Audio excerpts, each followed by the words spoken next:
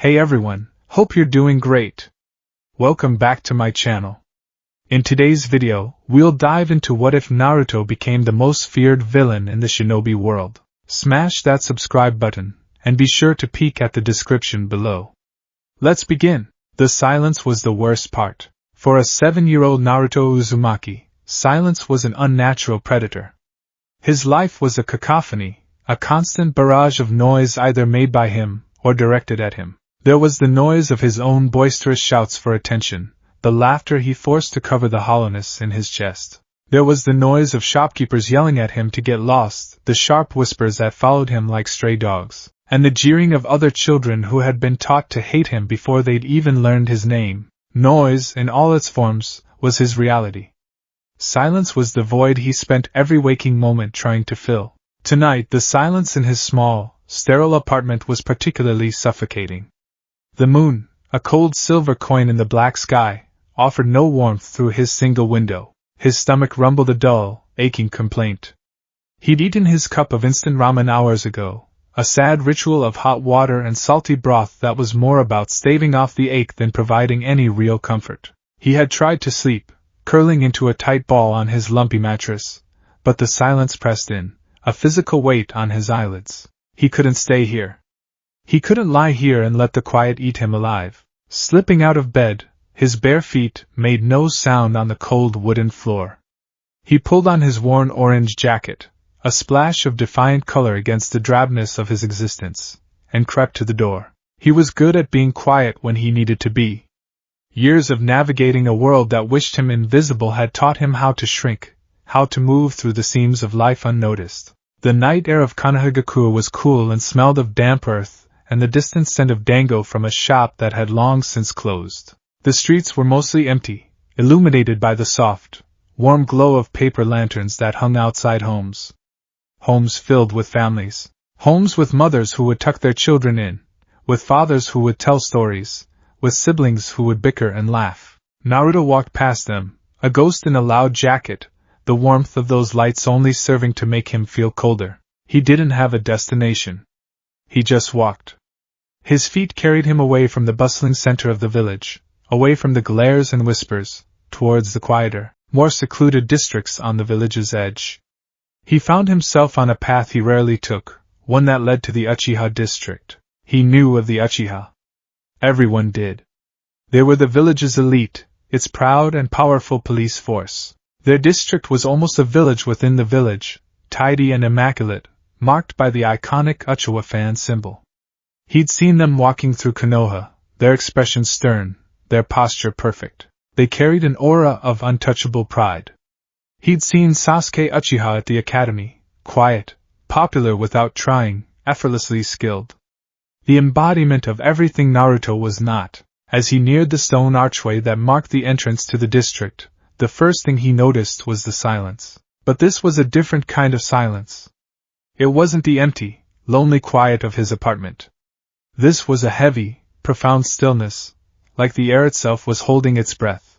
The usual night sounds, the chirp of crickets, the rustle of leaves, were absent. The paper lanterns that should have been casting a warm glow were all extinguished. The entire district was shrouded in a blanket of absolute, unnatural darkness. A primal fear, cold and sharp, pricked at the back of Naruto's neck. This was wrong. Deeply, fundamentally wrong. He should have turned back. Every instinct, honed by a childhood of avoiding trouble, screamed at him to run. But a morbid curiosity, the same impulse that made him pull pranks just to see the reaction, pushed him forward. He took a hesitant step under the archway, his senses on high alert. The second thing he noticed was the smell. It was coppery and metallic, thick in the air, clinging to the back of his throat. It was a smell he vaguely recognized from when he'd scraped his knee badly after falling from a tree. The smell of blood. But this was so much more. It was an overwhelming, cloying miasma that promised decay and death. His heart hammered against his ribs like a trapped bird. He took another step, then another, his eyes struggling to adjust to the gloom. The houses were dark, their doors and windows like vacant eyes. Some were slightly ajar. He saw a child's toy, a spinning top, lying abandoned on a porch. Then he saw it. Sprawled on the stone steps of a traditionally elegant home was a figure. An Uchiha woman, her dark hair fanned out around her head like a halo of ink. Her eyes, wide and unseeing, were fixed on the indifferent moon. A dark stain blossomed across the front of her yukata. Naruto froze, a strangled gasp catching in his throat. He had seen death before, in sanitized textbook drawings of the great ninja wars. He had heard stories. But he had never seen it up close. He had never seen the finality of it, the way it stole the life from a person and left behind a grotesque doll. Panic seized him. He stumbled back, his foot catching on a loose stone. He fell, the impact jarring his teeth. The small noise was like a thunderclap in the oppressive silence. He scrambled backward on his hands and knees, crab walking away from the horrifying tableau. He had to get out. He had to hide. His back hit a lattice fence. He fumbled behind him, his fingers finding a gap. Driven by pure terror, he squeezed through the hedge behind the fence, thorns tearing at his jacket. He found himself in a small, overgrown garden, pressed into the crawlspace beneath the endowa of a house. It was dark, smelled of damp soil, and was filled with spiderwebs that clung to his face, but it was hidden. He pulled his knees to his chest, wrapping his arms around his head, trying to make himself as small as possible. He squeezed his eyes shut, trying to erase the image of the dead woman from his mind. But he couldn't block out the sounds that followed. Footsteps. Soft, measured, almost silent. He risked a peek through a narrow gap in the floorboards above him. He saw two pairs of legs clad in dark pants, stop just feet from his hiding spot. Then he heard voices. Is this the last sector? The voice was young, but weary. Emotionally drained. Yes. It's done. A tremor ran through Naruto. He knew that second voice. It was deeper than he remembered, but the cadence was unmistakable. Itachi Uchiha. The clan's greatest prodigy. Sasuke's older brother. Naruto risked a wider look. Through the gap, he saw Itachi standing there, his ANBU armor streaked with something dark. His Sharingan was active, the three tomos spinning slowly in a sea of crimson. But what shocked Naruto to his core was the single, perfect tear that traced a path down Itachi's cheek, glinting in the moonlight before falling to the ground. The monster, the perpetrator of this nightmare, was crying. Before Naruto could process this contradiction, a new figure emerged from the shadows. An old man, walking with a cane that tapped a stark, rhythmic beat against the stone path. Half of his face was covered in bandages, and his visible right eye was a shard of obsidian, cold, and utterly devoid of emotion. He was flanked by several other figures, all wearing the same dark cloaks and blank, white masks with no features, no mouth, no nose. Just empty, soulless ovals. They weren't standard ANBU. Naruto knew the animal masks of the ANBU. These were different. They were phantoms. The task is complete then, the old man said. His voice was a dry rasp, like stones grinding together. It held an ancient, chilling authority. Itachi didn't look at him. His gaze was fixed on the dead moon. Yes, Lord Danzo. Danzo.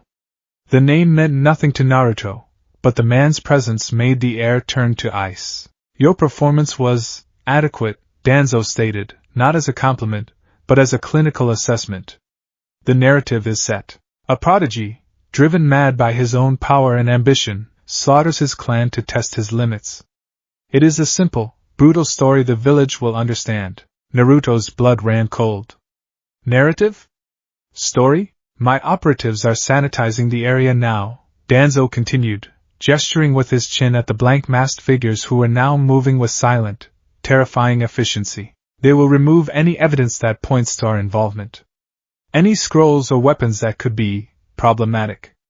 The official record will be clean. Itachi's fists clenched at his sides. And Sasuke? The survivor, Danzo said, a flicker of something that might have been satisfaction in his tone. He is essential. His survival gives your betrayal credence. His hatred will be a powerful motivator, a tool we can one day aim. He will seek you out for revenge, ensuring you remain the villain in his story and, by extension, the world's. The world tilted on its axis for Naruto. The pieces clicked into place with a horrifying, sickening finality. This wasn't the act of a single man. This was a plan. An execution. A mission, sanctioned by this man, Danzo, and his silent army of ghouls. The Uchiha clan hadn't just been murdered, they had been purged. He thought of the third Hokage, the old man who would occasionally visit him, his eyes filled with a sad, grandfatherly kindness. He remembered the speeches at the academy about the will of fire, the idea that everyone in Konoha was family, a precious bonfire of souls to be protected. Protecting the village is our most sacred duty. The Sandame's voice echoed in his memory, warm and sincere. But now, it was tainted, poisoned by the cold reality unfolding just feet away. Hiruzen's sentimentality almost jeopardized this entire operation. Danzo's voice cut through his thoughts, sharp and disdainful. He agreed in the end, of course. He saw the necessity. The Uchiha were a cancer, their planned coup d'état a threat to the village's stability that could not be ignored. A surgical removal was the only logical solution, but he lacks the spine to see it through with a clear conscience. A strangled noise escaped Naruto's throat, a tiny, wretched sound he couldn't contain. He clamped his hands over his mouth, his eyes wide with terror. The tapping of the cane stopped. What was that? One of the root operatives hissed. Naruto's heart stopped. He didn't breathe. He didn't move. He was a stone, a clump of dirt. Invisible. Please let him be invisible. He could feel the cold weight of Danzo's gaze sweeping over the area, a physical pressure that seemed to pierce through the wood and pin him to the ground. Seconds stretched into eternity. The silence returned, heavy and waiting. A rat, Danzo said finally, his tone dismissive. See to the final preparations. Itachi, you have your orders. Leave the village. Join the Akatsuki. Be the villain we require you to be. Do not fail. I understand. Itachi's voice was a ghost of what it had been. Broken. The figures dispersed, melting back into the shadows as silently as they had appeared. Danzo and his escort moved on, the rhythmic tap-tap-tap of his cane fading into the distance until it was gone. Naruto remained in his hiding spot, trembling uncontrollably. The cold from the damp earth had seeped into his bones, but it was nothing compared to the glacial ice flooding his veins. The will of fire. The words were a joke. A monstrous, cruel lie told to children to keep them obedient. The fire didn't protect. It consumed. It had consumed the Uchiha. It had devoured them in the name of stability and logic. The smiling, kind old Hokage who preached about family had signed the death warrant for an entire clan, for mothers and fathers and children, for the person who had owned the little spinning top. And Naruto? What was he in this equation? He thought of the glares, the whispers of Demon Fox, the loneliness. It wasn't just random prejudice. It was a calculated part of the system. He was a tool, a cage for the monster that had attacked the village. They kept him isolated, weak, and reviled, a convenient scapegoat and a living weapon they could control. He was no different from Sasuke, just another pawn in their game. A Jinchuriki. A weapon to be maintained. The warmth he had always craved, the acceptance he had so desperately sought by shouting his dream to the heavens. It was all a fantasy. He was trying to join a family of murderers. He was begging for the approval of the very machine that had crushed the Uchiha, and would crush him, too, if he ever became inconvenient. His dream of becoming Hokage, the single, shining star in the dark sky of his life, didn't just fade. It wasn't a gentle disillusionment. It was a violent, shattering explosion. The image of the Hokage monument, the faces carved in stone that he had looked up to with such reverence, twisted into grotesque masks of hypocrisy. The title of Hokage was no longer a symbol of strength and recognition. It was the mark of the chief butcher, the master liar, the king of a corrupt, blood-soaked system. He didn't want to be Hokage. The thought was so blasphemous, so alien, it stole his breath. He didn't want to lead them. He didn't want to protect them. He wanted to burn them all to the ground. A new feeling began to bloom in the void where his dream had been. It was not the hot, fleeting anger of a prank gone wrong or an insult hurled his way.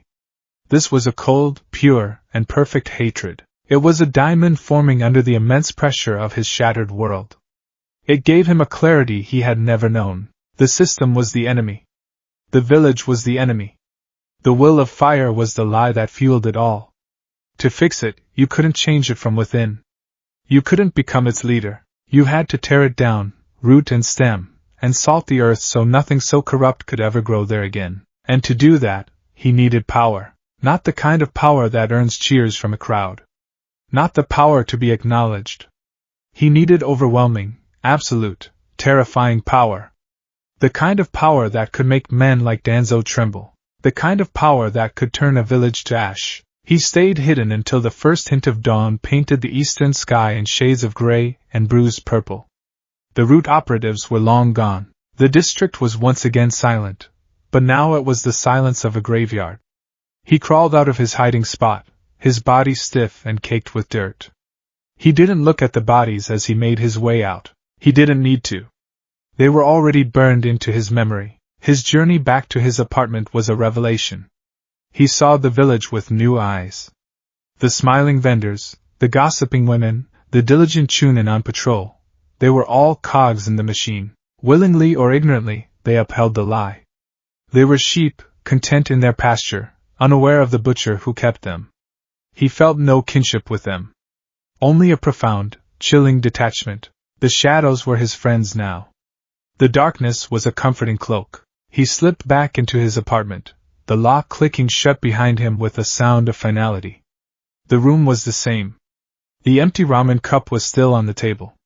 But the boy who had left it was gone forever. He stood in the center of the room, the full weight of his revelation crashing down on him. The sheer scale of what he needed to do was crushing. He was a 7-year-old boy. Weak. Alone. How could he possibly challenge a system that could erase one of the most powerful clans in the world without a trace? A surge of rage and despair, hotter and more potent than anything he had ever felt, erupted from the core of his being. It was a silent scream of pure, undiluted anguish. And then, something answered. From the deepest part of his consciousness, from the darkness behind the seal on his stomach, a second presence stirred. It was an ancient, malevolent consciousness, a colossal ocean of hatred that had been slumbering for years. He had felt it before, in moments of extreme anger or fear, a terrifying surge of red chakra that made his blood boil. He had always instinctively recoiled from it, terrified of the monster within, but not tonight. Tonight, when that wave of incandescent rage washed over him, he didn't fear it. He recognized it. It was the same emotion that now defined him, magnified a billionfold, honed over millennia of imprisonment. It was not an alien feeling. It was an echo of his own soul. It was validation. He closed his eyes, and instead of pushing it away, he reached for it. He focused on that wellspring of malice inside him, not as a prisoner addressing his jailer, but as an equal. What are you? He thought, not with fear, but with genuine curiosity. For a moment, there was only the roiling sea of chakra. Then, a voice, vast and terrible, echoed in the abyss of his mind. It was not made of sound, but of pure power and rage. A human pup. You dare to peer into my soul? You, who are my cage. The sheer pressure of the voice should have crushed him, sent him fleeing into the safety of his own mind. Instead, Naruto stood his ground in the mental darkness. They call you the Kyubi no Kitsune, Naruto projected back, his mental voice small but sharp as a shard of ice. The demon fox that destroyed the village. Another lie they tell. There was a pause. A flicker of something akin to surprise from the immense being. You saw then. You saw the truth of your precious village. The voice was laced with a deep, rumbling amusement. You saw what these creatures do to those they fear. They caged you, Naruto stated, a simple fact. They use me as your prison. They lie to everyone. They murder their own for stability. His voice, even in his own mind, was trembling with cold fury. I hate them. The great presence surged, a colossal wave of shared feeling. Hate. Yes. You are only now learning the barest definition of the word, little mortal. I have been steeped in it for an eternity. Then help me, Naruto said, the thought a desperate, brilliant plea. You want out. You want to destroy them. I want to burn their entire world to the ground. I need power. The kind of power they can't ignore, the kind they can't control. A deep, guttural chuckle echoed through his being, a sound that could shake mountains. It was a laugh of pure, unholy glee. An interesting proposal, jailer. You would not seek to tame me, or befriend me, like all the others. You seek an alliance, a pact forged in mutual hatred. A pact, Naruto agreed, his resolve hardening into steel. Give me your power, your knowledge, your strength. Teach me how to be strong enough to break my chains, and in doing so, break yours. When I am ready, I will unleash you. Not on a whim, but as a weapon of judgment. Together, we will tear down this world of shinobi and their lies. The Kyuubi's presence swelled to a terrifying crescendo. The raw power of it was intoxicating. You have fire in you, boy. Not their pathetic will of fire. A true, black flame of annihilation. Very well. I will lend you my power. I will fill you with my chakra. I will teach you things your precious Sandaime could never dream of. But know this, the path you walk is one of absolute desolation. You will become a monster far greater than they ever accused me of being. Let them call me a monster, Naruto thought, a cold smile touching his lips for the first time. Monsters are the only ones they fear. Then the pact is sealed, the Kyuubi roared, a promise of apocalypse. In blood and shadow, let us begin. Naruto opened his eyes. The room was the same, but the world was new. The suffocating silence was gone, replaced by the thrumming, powerful presence of his new and terrible ally. He felt the vast, dark ocean of chakra within him, no longer a threat, but a reservoir of limitless potential. He walked to the window and looked out. In the distance, the Hokage monument stood stoic against the rising sun. The first rays of dawn were catching the stone faces of the past leaders, making them seem to glow. For everyone else in Konoha, this was the dawn of a new day. A day of shock and mourning to come, but a dawn nonetheless. For Naruto Uzumaki, it was the opposite. He looked at the faces of the Hokage, no longer with aspiration, but with the cold, calculating gaze of a predator promising their extinction. The sun in his own heart had been extinguished, replaced by a cold, dark star. The eclipse had begun. The 5 years that followed the night of the Uchiha massacre were a masterclass in deception. Naruto Uzumaki, the boy who had witnessed the rotten core of his world, did not become sullen or withdrawn. He did not become a quiet brooder in the corner of the classroom. To do so would be to invite scrutiny, to signal that something had changed. A shift in behavior would be a crack in his armor before it was even forged. And so, he chose the most brilliant camouflage imaginable. He became a bigger, louder, more obnoxious version of himself. The morning after his pact with the nine-tailed fox, he woke up not to the oppressive silence of his apartment, but to the thrumming, abyssal presence of Kurama in the back of his mind. They expect you to be at their academy today, the ancient being's thoughts rumbled, not with words, but with pure intent. What is your move, contractor? Naruto stood before his small, cracked mirror. He looked at the reflection of the 7-year-old boy with sun-kissed hair and whisker-marked cheeks. He saw the faint, dark circles under his eyes, the only physical evidence of his ordeal. He needed to hide them. He needed to hide everything. He took a deep breath, and then he grinned. It was a wide, toothy, unnatural thing. He forced a boisterous laugh from his diaphragm, a sound so loud it rattled the empty cup on his table. The move is simple, Naruto projected back, his mental voice a cold counterpoint to his outward display. I will give them exactly what they expect. A fool. A loud mouth. A dead last. They will see a harmless, talentless boy desperate for any scrap of attention. They will never think to look for the knife he is sharpening in the dark. A tedious but effective strategy, Kurama conceded. Underestimation is a weapon the arrogant give to you for free, and so it began. At the academy, Naruto's grades plummeted. He failed basic jutsu demonstrations with spectacular flair. His clone jutsu produced pale, anemic things that flopped to the ground like dead fish, earning the derision of his classmates, and the exasperated sighs of Iruka-sensei. He answered questions with such breathtaking stupidity that his teachers began to call on him less and less. His pranks became more elaborate, more disruptive. He painted the Hokage monument not just as an act of defiance, but as a calculated performance of a boy crying for attention he didn't actually want. Every jeer, every eye roll from Sakura Harino, every condescending smirk from Sasuke Uchiha, was a victory. It was confirmation that the mask was working. He cultivated the image of the village idiot with the dedication of a master artist. But when night fell, the mask came off. While the rest of Konoha slept, Naruto's true training began. His first stop was always the Konoha Library's Shinobi archives. Under Kurama's guidance, he learned to suppress his chakra signature to a near imperceptible level, a feat that should have been impossible for a Jinchuriki. He would slip past the Chunin guards like a whisper of wind, a ghost in the hallowed halls of knowledge. The fools record their own weaknesses.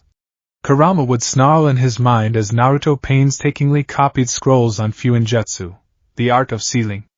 They believe locks are only for keeping things in. A true master of seals understands they are also for keeping things out, for controlling the flow of power, for turning an enemy's strength into a liability. Naruto devoured the theory. He didn't have the materials to practice complex seals yet, but he absorbed the syntax, the logic, the intricate mathematics of the art. He learned about suppression seals, storage seals, explosive tags of a complexity far beyond what the academy taught.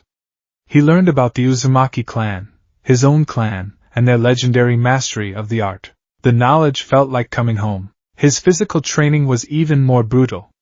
In remote training grounds, far from any prying eyes, he would push his body to the breaking point. Kurama was a relentless instructor. Faster. Your muscles are screaming? Good. Pain is a reminder that you are weak. Overcome it. Again. The human body is a pathetic, fragile vessel. Yours is infused with my chakra.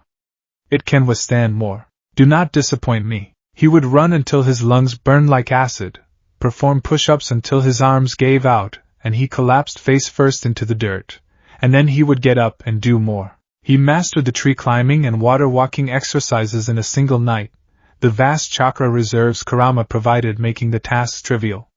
But he didn't stop at just sticking to the surfaces. He practiced channeling minute amounts of chakra to dangle by a single toe, to run up a waterfall, to skate across the surface of a lake at high speed, all under the cover of darkness. His chakra control became exquisite, a surgeon's scalpel where other genin wielded clumsy hammers. He learned to mold his Rasengan, a gift from the fourth Hokage's legacy, a technique Kurama held a grudging memory of. He practiced it for hours, forming the spinning sphere of pure chakra in his palm until it was stable, silent, and perfect.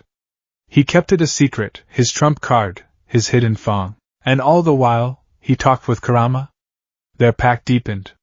It was a symbiotic relationship built on a foundation of pure nihilism. Tell me of the first Hokage, Naruto would ask during meditation. Hashirama Senju, Kurama would sneer. A hypocrite who spoke of peace while wielding a power that brought all to their knees. He called us tailed beasts sentient beings and then distributed us like prizes to the other villages to balance power. He saw us as weapons, just as they see you. His will of fire is the original lie. Madara Uchiha? A man who saw the truth of the lie but sought to replace it with another. His infinite Tsukuyomi was a cage of dreams, no different from the cage of lies Hashirama built. They were two sides of the same worthless coin. Both believed they had the right to dictate reality for everyone else. Kurama's millennia of observation became Naruto's history lessons.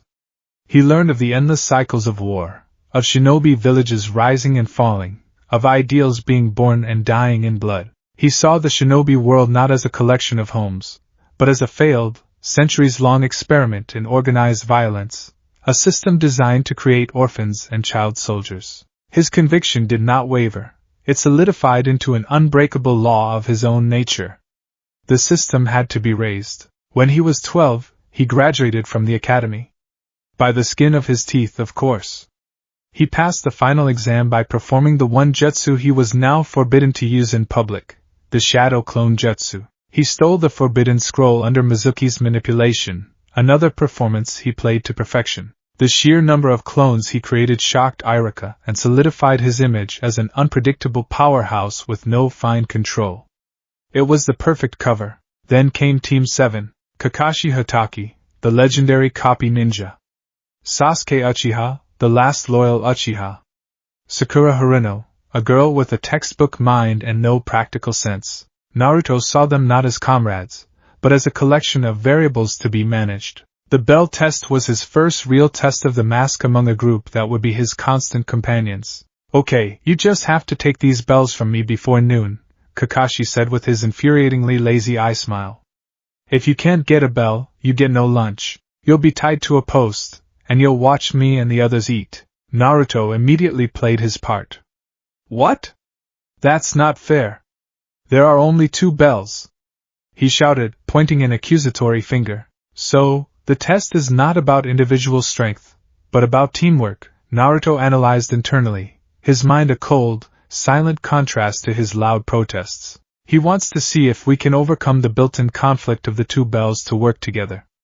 A predictable, sentimental Konoha test. While Sakura swooned over Sasuke and Sasuke postured, Naruto charged head-on. It was a foolish, direct assault that Kakashi countered with humiliating ease, ending with the infamous 1,000 years of death technique. Naruto flew into the river, screaming theatrically. But as he flew, he was gathering data.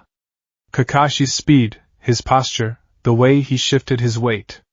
While underwater, he created a single, silent shadow clone that he sent into the woods to observe. Publicly, Naruto fell for every obvious trap. He was caught in a rope snare. He blundered into pitfalls. He was a loud, clumsy distraction. Privately, his clone watched from the canopy as Kakashi systematically dismantled Sakura with a simple genjutsu and then toyed with Sasuke, demonstrating the vast gulf in their power. Sakura's weakness is her emotional attachment and lack of resolve. She's a non-factor in a real fight, Naruto's clone observed, its observations filtering back to the original. Sasuke is skilled, fast, and arrogant. His entire fighting style is built around the Uchiha's front-loaded, offensive techniques. He has no patience, no subtlety. His desire for power makes him predictable. And Kakashi? Naruto thought, as he finally confronted his sensei again. He is burdened by his past. He fights with a sadness, a weariness. He is powerful, but his heart isn't fully in it. He is another broken product of the system. In the end, he failed as expected. He tried to eat the lunch and was tied to the post. But when Sasuke and Sakura offered him their food, defying Kakashi's orders, Naruto had to suppress a cold laugh. It was so perfectly, tragically sentimental. They had passed the real test. They had proven they were good little soldiers of the will of fire. He played along, crying tears of manufactured gratitude. You all pass, Kakashi had said. The first step is complete, Naruto thought, his face a mask of joyous relief. I have a team. A cover. And a sensei to observe up close. The mission to the Land of Wave began as a simple C-rank escort, the perfect stage to further his act. He complained about the lack of excitement, boasted about his future as Hokage, and bickered endlessly with Sasuke. It was all noise, a smokescreen to cover his hyper-awareness. When the demon brothers attacked, he feigned terror. But as Kakashi swiftly dispatched them, Naruto's mind was racing. Puddle. Obvious disguise. Poison claws. Standard Chunin-level ambush tactics. Zabuza Momochi's subordinates? The trail of blood suggests he is near. He noticed Kakashi's shock at their identity, the mention of the demon, of the hidden mist. More data. Another powerful, disillusioned ninja. The true test came with Zabuza's arrival. The oppressive killing intent that washed over them was real. Sakura was paralyzed, Sasuke was trembling, fighting his fear. Naruto forced his own legs to shake, his face a mask of panic. The ensuing battle between Kakashi and Zabuza was an invaluable lesson. Naruto watched, mesmerized, from his position protecting Tazuna. He saw the power of a fully matured Sharingan. He saw the intricate water-style jutsu, the silent killing technique, the sheer tactical brilliance of 2 high Jonin-level shinobi. He wasn't a scared genin. He was a rapt student in the world's most dangerous classroom. When Kakashi was caught in the water prison, Naruto's moment came. He delivered his loud, boastful speech to Sasuke. Hey, the scaredy cat isn't me. I'm ready to fight. Believe it. Sasuke needs a push, he thought. His pride won't let him be outdone by the dead last. If I act, he will be forced to act as well. Together, we can create the distraction Kakashi needs. His plan, the great Konoha teamwork strategy, was a beautiful piece of theater. It was reckless, looked improvised, and relied on Sasuke's Uchiha pride. It worked perfectly. Kakashi was freed. Zabuza was defeated by the Hunter Nin. During the week of recovery and training, Kakashi taught them tree climbing. It was a test of chakra control that Naruto had mastered years ago. He watched Sasuke struggle, his brow furrowed in concentration. He saw the frustration, then the grim determination, and finally, the triumphant smirk as Sasuke reached the top of his tree. Naruto deliberately held back. He struggled mightily, falling over and over. He asked Sakura for advice, playing the part of the clueless student. He made sure to succeed only after Sasuke had gone to bed, framing it as a testament to his unrelenting guts. The rivalry was cemented. Sasuke saw him as a competitor to be crushed. He never once suspected Naruto was a predator playing with his food. The confrontation on the bridge was the crucible. Haku, in his Hunter-nin mask, stood between them and their goal. When Sasuke was trapped in Haku's demonic mirroring ice crystals, Naruto charged in, as expected. Inside the ice dome, he took hit after hit, Senbon needles piercing his skin. He felt Sasuke's growing desperation, his panic. And then, he saw it. Sasuke's Sharingan, two tomos spinning in his eyes. Finally, Naruto thought, a flicker of clinical interest passing through him. The trauma of a near-death experience has forced its awakening. Predictable. When Sasuke seemingly sacrificed himself, shielding Naruto from a fatal barrage of needles, the world expected a reaction. They expected the Jinchuriki to explode in a torrent of grief and rage, and Naruto gave it to them. A wave of red, bubbling chakra erupted from him. His eyes bled from blue to slitted crimson. His whisker marks deepened, becoming more feral. "I'm going to kill you," he snarled, the voice a guttural rasp that was half his, half Kurama's. But inside there was no grief. As he looked at Sasuke's limp body, his mind was a storm of cold calculation. Inefficient. A sentimental gesture. He threw away his life to protect a comrade, a variable in an equation. A wasted asset. Haku's mistake was his devotion to Zabuza. Sasuke's mistake was his devotion to the illusion of a team. Such attachments are liabilities. The power that flooded him was immense. But unlike before, he was not a passenger. He was the driver. He and Kurama were in perfect sync. Let them see the monster, Kurama growled with delight. Let them fear the cage. Naruto moved. He was no longer a clumsy brawler. He was a blur of orange and red, a force of nature. He shattered one of the ice mirrors with a single, chakra-infused punch. Haku was fast, but Naruto, powered by the Kyuubi, was faster. He anticipated Haku's movements, not with the Sharingan, but with the raw sensory abilities the red chakra gave him. He caught Haku's arm, and for a moment, he considered crushing it. He considered ending it. But that would be too clean. The mask required a different ending. His fist, glowing with malevolent chakra, slammed into Haku's face, shattering the Hunter-nin mask. The face beneath was that of the gentle boy he met in the woods. Naruto let the red chakra recede, his face a perfect picture of shock and confusion. He let his body slump, feigning exhaustion from the power surge. It was the perfect out. But then, the script changed. Gato arrived. The squat, wealthy tyrant appeared on the bridge, flanked by 100 hired thugs and mercenaries, a small army of scum. They had come to kill everyone: Zabuza, Team 7, Tizuna's family. Zabuza, wounded and defeated, looked upon Haku's dead body with a flicker of pain he tried to hide. Gato mocked him, even kicking Haku's face. This was the moment. The true divergence. Kakashi was exhausted, his chakra depleted from using the Sharingan. Sasuke was unconscious. Sakura was a liability. It was the perfect storm, the perfect justification for what was to come. As Zabuza made his emotional, final charge, Naruto acted. He didn't shout. He didn't make a grand declaration. He simply stood up, his face eerily calm.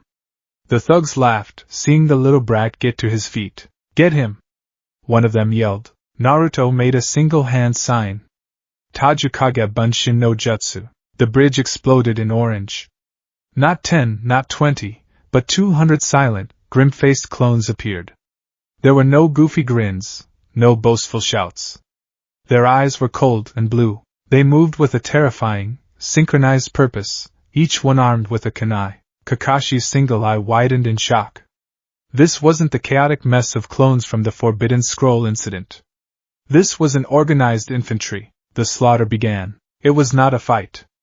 It was an extermination. The thugs, who had expected a simple numbers game, were met with a disciplined, lethal force. Naruto's clones moved through their ranks like a scalpel through flesh. They didn't aim to wound, they aimed to kill. A kunai to the throat.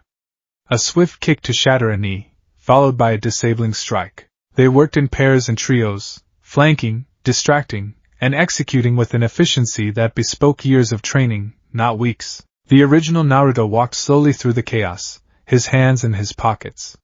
He didn't participate in the physical combat. He was the general, observing his army's performance. The sounds of screaming and dying men filled the air, but his expression remained placid, almost bored. Gato, his face pale with terror, tried to flee. A single shadow clone appeared before him, blocking his path.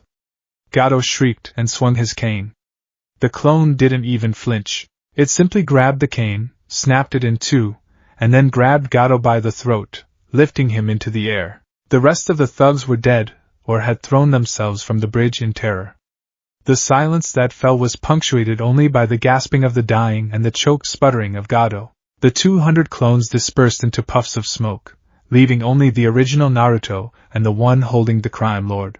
Naruto walked up to the terrified man, his blue eyes as cold as Haku's ice. "You trade in lives like currency," Naruto said, his voice quiet, stripped of all its previous boisterousness. It was more frightening than any shout. "You believe gold gives you power over death. Let me teach you a lesson in economics." He held out his hand. The Rasengan formed in his palm, not with the usual violent swirl, but with a smooth, silent perfection. It was a perfect sphere of spiraling chakra. But there was something wrong with it. Tendrils of red, malevolent chakra, like veins of blood, snaked through the blue sphere. It emitted a low, grinding hum. He pressed the corrupted Rasengan against Gato's chest. There was no explosion. There was only a horrific grinding sound, like stone being pulverized. Gato's chest didn't just break. It was abraded, ground away into a bloody ruin. He was dead before his body hit the bridge. Naruto stood over the corpse, breathing steadily. The red tinge in his Rasengan faded. The chakra around him vanished, and then, the mask slammed back into place. He stumbled backward, his eyes wide with manufactured horror. He looked at his own hands as if they were alien things. What? He stammered, his voice cracking. Did I do that? I was just so angry. I couldn't control it. He sank to his knees, feigning a wave of exhaustion and shock, his body trembling. Zabuza, leaning on his broken blade, stared. He had seen countless acts of violence in his life. He was the demon of the hidden mist. But he had never seen anything like that. The silent, tactical precision of the clones. The cold, remorseless execution of Gato. It was not the uncontrolled rage of a Jinchuriki. It was the work of a seasoned executioner wearing a child's face. Kakashi, his body aching, pushed himself up. He looked at the carnage. At the mangled body of Gato, then at Naruto, who was now curled on the ground, looking for all the world like a traumatized child who had lost control. But Kakashi had seen it. For a fleeting second, before the act began, he had seen Naruto's eyes as he stood over Gato's body. There was no rage. No sadness. No shock. There was only a profound, chilling emptiness. The cold satisfaction of a job well done. Weeks later, back in Konoha, Kakashi stood before the third Hokage. The mission was a success, Lord Hokage, he reported, his voice tired. Tazuna is safe, the bridge is complete, and Gato's reign of terror is over. Hiruzen Sarutobi smiled, a weary but genuine expression. Excellent work, Kakashi. I heard there were complications. That the mission escalated far beyond its C rank. It did, Kakashi said, his tone growing serious. Zabuza Momochi and his apprentice were involved. And, there's the matter of Naruto. Hiruzen leaned forward, his pipe held loosely in his hand. Ah, yes. I read the initial report. A remarkable display of the Kyuubi's power. It seems his anger over his teammate's death caused him to lose control. A dangerous, but ultimately fortunate, turn of events. Kakashi shook his head slowly. Lord Hokage, it wasn't like that. I've seen a Jinchuriki lose control before. It's wild, chaotic, pure destruction. This was different. He paused, trying to find the right words. The shadow clones, they didn't rampage. They moved with the discipline of an ANBU squad. They were silent, efficient, and utterly lethal. And when Naruto killed Gato, the look in his eyes, it wasn't the fire of rage. It was cold. Like a winter sky. For a moment, he wasn't a genin who had lost control. He was something else entirely. Hiruzen listened patiently, his brow furrowed. He took a long puff from his pipe, the smoke curling around his aged face. He was a man burdened by 1,000 secrets, the greatest of which was Naruto himself. Kakashi, he said, his voice soft, fatherly. Naruto has endured a lifetime of hardship in his few short years. He carries a burden that would crush most shinobi. The Kyuubi's chakra is a well of negative emotions. It's only natural that when he taps into it, especially in a moment of extreme stress like believing his friend had died, a certain coldness would manifest. It is a testament to his good heart that he was horrified by his own actions afterwards. Hiruzen's eyes were filled with a deep, sorrowful guilt. He wanted to believe in the boy. He needed to believe. He's finally growing up, Kakashi, the Hokage concluded, his voice carrying a note of finality. He's learning to wield the power inside him. We must guide him, not suspect him. Keep a close eye on him, but do not mistake his growing strength for malice. Kakashi bowed. Yes, Lord Hokage. He left the office with a profound sense of unease. The Hokage's words were logical, comforting even, but they did not erase the image burned into his mind, the image of a 12-year-old boy standing silently amidst a field of corpses he had created, his face devoid of all emotion, looking like a king surveying his grim work. That night, Naruto sat alone in his apartment. The window was open, and the sounds of the living, breathing village drifted in. He looked at his hands, the same hands that had controlled an army, the same hand that had held a grinding sphere of death. There was no horror in his gaze. There was no trauma. There was only a calm, dispassionate assessment. Your performance was flawless, Kurama's voice echoed in his mind, laced with deep satisfaction. They saw the rampaging beast. They saw the horrified child. They saw everything but the truth. Naruto flexed his fingers, feeling the phantom sensation of the Rasengan in his palm. The mask held, he thought, a cold sliver of a smile touching his lips. They are completely blind, indeed. The copy ninja suspects, but he has no proof. His sentimentality, and the old man's guilt, are your shield. Naruto looked out at the village, at the distant, carved faces on the mountain. He had passed his first field test. He had tasted real combat, and confirmed the weakness of his enemies and the efficacy of his methods. His path was clearer than ever. Wave was a test, he affirmed, his blue eyes glinting in the moonlight. The Chunin exams will be a declaration. The Chunin exams descended upon Kanehigakure like a summer festival, painting the village in a vibrant, chaotic palette of foreign colors and unfamiliar faces. Genin from sand, grass, rain, and a dozen other minor villages swarmed the streets. The air, usually thick with the quiet diligence of Konoha shinobi, now crackled with nervous energy, ambition, and the sharp, metallic tang of veiled hostility. To Sakura Haruno, it was a thrilling spectacle, a sign that their world was vast and full of powerful rivals. To Sasuke Uchiha, it was a hunting ground, a menagerie of potential stepping stones on his path to Itachi. To Naruto Uzumaki, it was a gathering of lambs. He stood with his team near the entrance to the academy, playing his part with practiced ease. Whoa, look at all these guys. This is gonna be awesome. I'm gonna wipe the floor with every single one of them and show everyone why I'm the next Hokage. Believe it! His voice was a grating, familiar trumpet blast, his arms flung wide in a gesture of unearned confidence. Sakura bonked him on the head. Naruto, you idiot! Can you try not to embarrass us before we even get inside? Perfect, Naruto thought, rubbing his head with a theatrical whimper. The mask was a second skin now, comfortable and utterly convincing. They see the fool. They hear the noise. They don't feel the predator watching from the fool's eyes. So much arrogance in one place, Kurama's voice rumbled in his mind, a low growl of contempt. They preen and posture like peacocks, unaware they've all been led into a cage. This exam is nothing more than a political showcase and a method for thinning the herd. And I am the wolf who has slipped in among the sheep, Naruto replied silently, his gaze sweeping over the crowd. He wasn't assessing rivals. He was cataloging tools and threats. The stoic Sand siblings, their gourd and scrolls marking them as long-range specialists. The unsettlingly synchronized Rain Genin. The arrogant grass ninja. All were pieces on a board he was only just beginning to understand. His eyes lingered on the Sand siblings.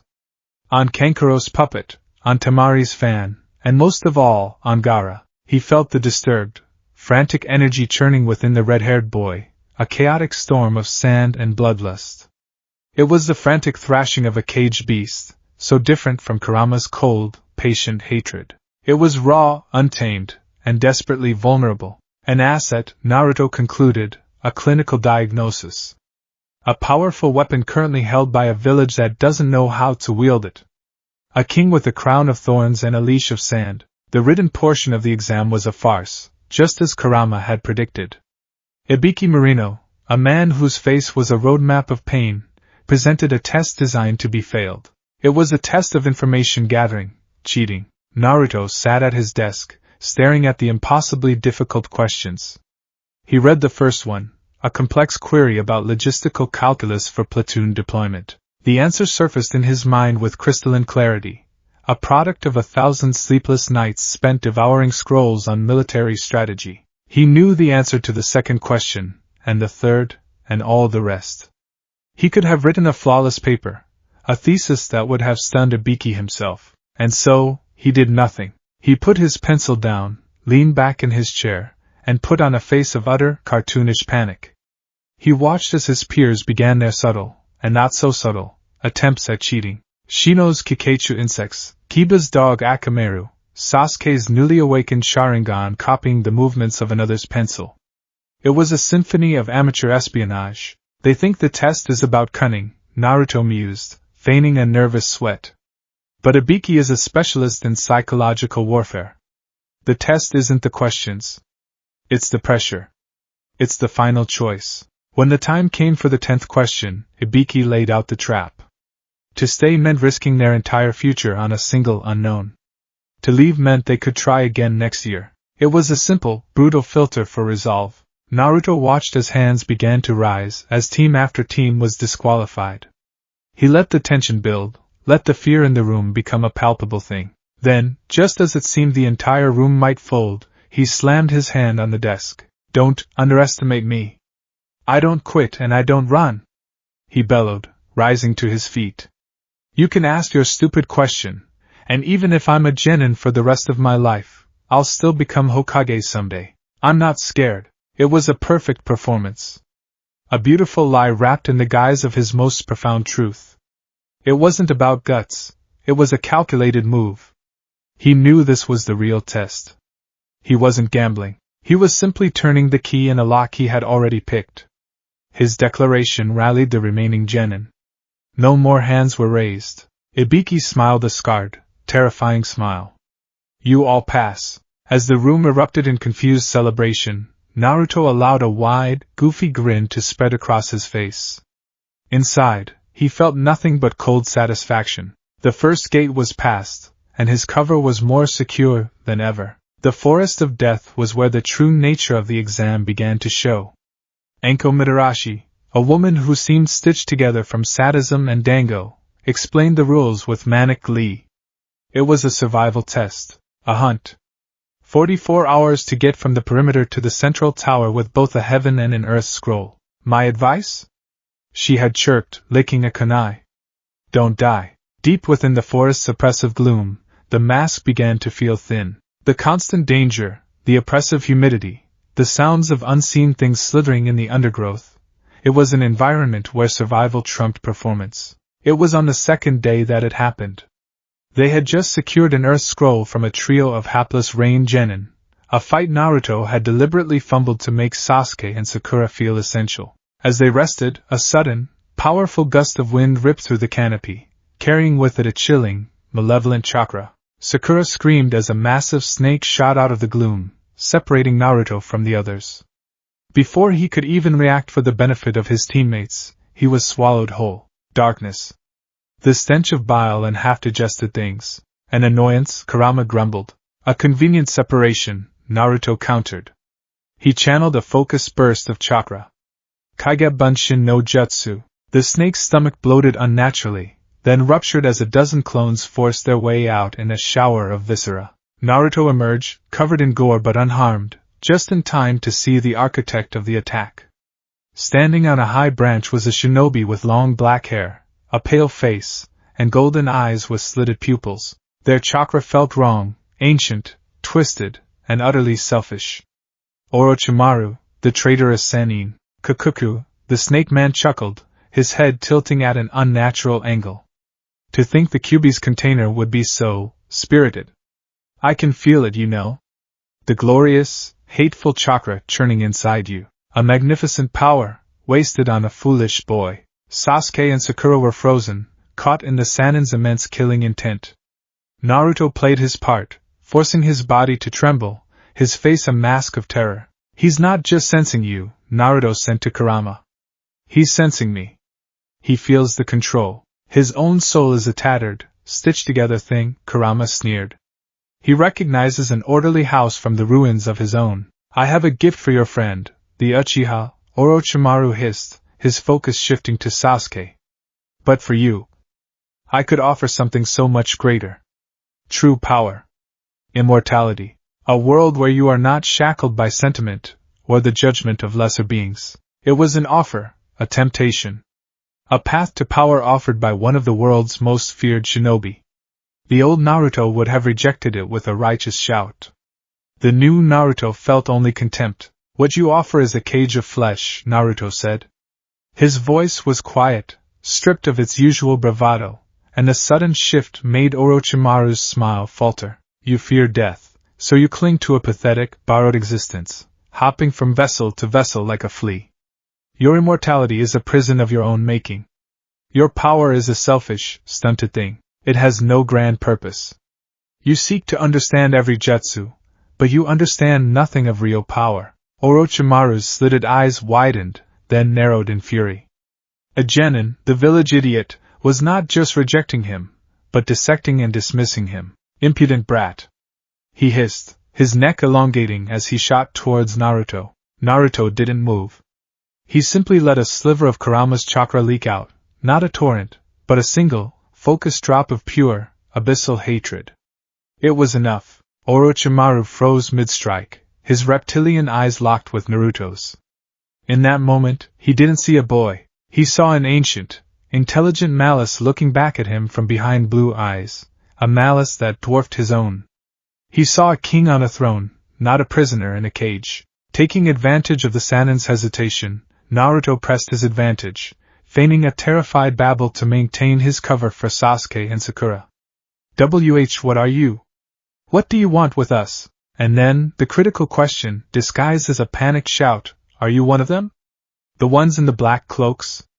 Akatsuki? Orochimaru recoiled, a flicker of genuine surprise on his face. He chuckled, a dry, rattling sound. Kakuku, you are more interesting than I thought, boy. Akatsuki, yes, I was once among their number, a collection of S-rank criminals with a rather ambitious goal. He savored the moment, seeking to instill fear. They hunt those like you.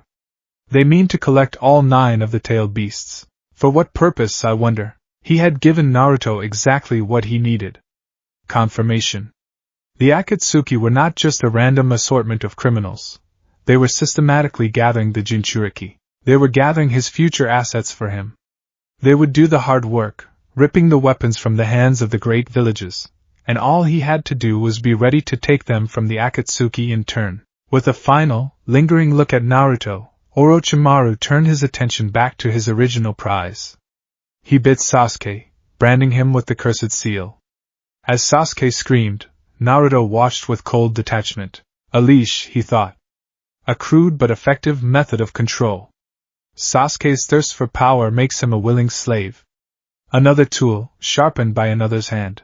As Orochimaru melted away, Naruto allowed himself to faint from the overwhelming pressure, his part in the drama complete. His next objective was Gaara. He found him late that night, after a brutal encounter with a team of grassneen that had left Gaara splattered in their blood, his eyes wide with a terrifying, ecstatic madness. Temari and Kankuro kept their distance, their fear a palpable wall between them. Naruto approached, his footsteps silent. "It's noisy, isn't it?" he said, his voice calm. Gaara spun around, sand swirling defensively around him. His face was a mask of bloodlust and confusion. "What?" the voice, Naruto clarified, tapping his own head. "The one that screams for blood. The one that never lets you sleep. Shikaku. He's loud." Gaara froze. No one had ever named the demon. They called him a monster, a freak, a failed weapon. But no one had ever spoken of the entity within as a separate being. "How?" Gaara whispered, his defenses wavering. Naruto let a tiny wisp of Kurama's chakra flow from him, not hot and red, but cold and dense. It was a signal, a greeting from one cage to another. In the depths of Gaara's mind, the crazed one-tailed Shikaku felt the presence of the nine tails and faltered. "The fox? Here?" Shikaku's grating voice shrieked in Gaara's mind. Naruto looked Gaara in the eye. "Your village sees you as a weapon to be pointed. Your father, the Kazekage, sees you as a failed experiment to be controlled and, if necessary, disposed of. They put a demon in a child and were surprised when it broke him." Gaara flinched as if struck. Naruto was voicing the deepest, most secret truths of his existence. "They are weak, and so they fear your strength," Naruto continued, his voice a hypnotic whisper. "I am not like them. I don't see a monster. I see a king in chains. I see a power that has been shackled and tormented." He took a step closer. The sand did not move to attack him. "I'm going to burn this world down, Gaara. This world of shinobi who use children as weapons, who talk of peace while sharpening their knives. And when I do, I will need kings, not slaves, at my side. I'm going to offer you something your father never could, true freedom. The freedom of absolute power. But it will come at a price." He turned to leave. "When the time comes, I will break your chains. And in return, you will owe me your loyalty. Think about it." He vanished into the trees, leaving a stunned and silent Gaara staring after him, the seed of a terrifying new allegiance planted in the barren soil of his soul. The preliminary rounds were a meat grinder. Naruto was pitted against Kiba Inuzuka. "Looks like I drew the lucky ticket," Kiba crowed, Akamaru barking in agreement. "This'll be over in a flash, Naruto." Naruto grinned his idiotic grin. "Yeah, lucky for me. Get ready to eat dirt, dog breath." The fight began as everyone expected. Naruto was clumsy, his taijutsu sloppy. Kiba and Akamaru, using their beast mimicry techniques, were a whirlwind of claws and fangs. Naruto was knocked around, taking hits, playing the part of the overwhelmed underdog. He let Kiba land a solid blow that sent him skidding across the floor. He lay there for a moment, listening to the crowd's pitying murmurs and Kiba's arrogant laughter. Enough, he thought. He got to his feet slowly. The goofy grin was gone. His face was a blank slate. The temperature in the arena seemed to drop by several degrees. "What's wrong, Naruto? Giving up?" Kiba taunted, though a flicker of unease entered his eyes. Naruto didn't answer. He vanished, not with a fancy jutsu, but with a pure burst of raw speed that was faster than anything a genin should possess. He appeared behind Kiba, who spun around, startled. Naruto didn't attack him. He attacked Akamaru. His hand shot out, not in a punch, but with two fingers extended and stiffened with chakra. It was a precise, surgical strike. He didn't hit the dog's body. He tapped the side of its right foreleg. There was a faint snap. Akamaru yelped in pain and collapsed, his leg buckling beneath him, a tendon temporarily but excruciatingly severed. "Akamaru!" Kiba screamed, his rage overriding his shock. He launched himself at Naruto, a feral snarl on his face. Naruto met the attack head-on. He didn't dodge. He flowed around Kiba's wild strikes, his movements economical and deadly. A palm strike to the solar plexus that drove the air from Kiba's lungs, an elbow to the side of the head that sent him staggering. He wasn't using a formal style. It was pure, brutal efficiency. He disabled Kiba with the same cold precision. A sharp kick to the knee joint, hyperextending it. A chop to the nerve cluster in his shoulder, making his arm go numb. Kiba fell to the ground, helpless and gasping. Naruto stood over him, his shadow falling across Kiba's terrified face. He raised his foot. For a moment, Kurenai and Kakashi tensed, ready to intervene. But he didn't stomp. He just rested his foot lightly on Kiba's chest, a gesture of absolute dominance. "It's over," he said, his voice flat. He looked up at the proctor. "He can no longer fight." Hate Gecko, after a moment's hesitation, announced, "The winner is Naruto Uzumaki." The crowd erupted in confused cheers. They had seen the dead last pull off an incredible upset. Naruto's face immediately broke into his signature grin. "Yeah! I did it! I told you I was awesome!" He ran off the arena floor, feigning exhaustion, leaving Kiba to be tended to by the medics, his confidence shattered not by grand jutsu, but by cold, calculated brutality. The final match of the preliminaries was the one the entire village had been waiting for, Naruto Uzumaki vs. Neji Hyuga. The dead last versus the genius. Neji stood with his arms crossed, his pale Byakugan eyes filled with a serene, condescending pity. "It seems we are to fight dead last. Do yourself a favor and forfeit. Your fate was sealed the moment you were born a failure. You cannot win against me." Naruto just smiled his empty smile. The bell rang. "Before we begin," Neji said, activating his Byakugan, the veins around his eyes bulging. "Let me tell you a truth of this world. People are born with their destiny set. A person's true potential is fixed from birth. I was born into a branch house of the Hyuga, destined to protect the main family. You were born a failure, destined to be a laughingstock. No amount of hard work can overcome the dictates of fate." The stadium was silent, listening to the prodigy's cold philosophy. Kakashi shifted, ready to see Naruto's trademark fiery rebuttal. Instead, Naruto laughed. It wasn't his usual loud, boisterous laugh. It was a soft, cold chuckle of pure amusement. "Fate," Naruto said, his voice carrying in the silent arena. "Destiny. Free will." He shook his head. "They are just words, Neji. Comforting stories people tell themselves to make sense of a chaotic world. You talk of fate because it gives your suffering a noble purpose. You embrace your cage because you are too weak to break the bars." He looked Neji dead in the eyes, his own blue orbs as cold and deep as the ocean. "There is only one truth in this world. One thing that is real. And that is power. The power to enforce your reality onto others. And you, Neji Hyuga, for all your talent, have no real power." Neji's calm facade cracked. "You will learn your place, fool." He shot forward, his fingers aimed at Naruto's chest. "Kaige Bunshin no Jutsu." 20 clones appeared, swarming Neji. The Hyuga genius was a whirlwind of destruction. 8 trigrams palm rotation. A sphere of chakra erupted from him, vaporizing the clones around him. He moved with flawless grace, his gentle fists striking down clone after clone, each hit landing perfectly on their tenketsu. But the clones weren't just a blind swarm. They were a diagnostic tool. One would attack high, another low. A third would feint, a fourth would throw a kunai. They were forcing Neji to reveal his patterns, the exact timing of his rotation, the reach of his 64 palms. Finally, Naruto let Neji get close to the real him. Neji's movements were a blur. 2 palms. 4 palms. 8 palms. 16 palms. 32 palms. 8 trigrams, 64 palms. A rapid-fire series of strikes landed all over Naruto's body. He felt his chakra pathways being slammed shut, his connection to his own energy severed. He staggered back, coughing up a small spray of blood. "It is finished," Neji stated, standing serene. "I have closed all 64 of your main tenketsu. You cannot even stand, let alone mold chakra.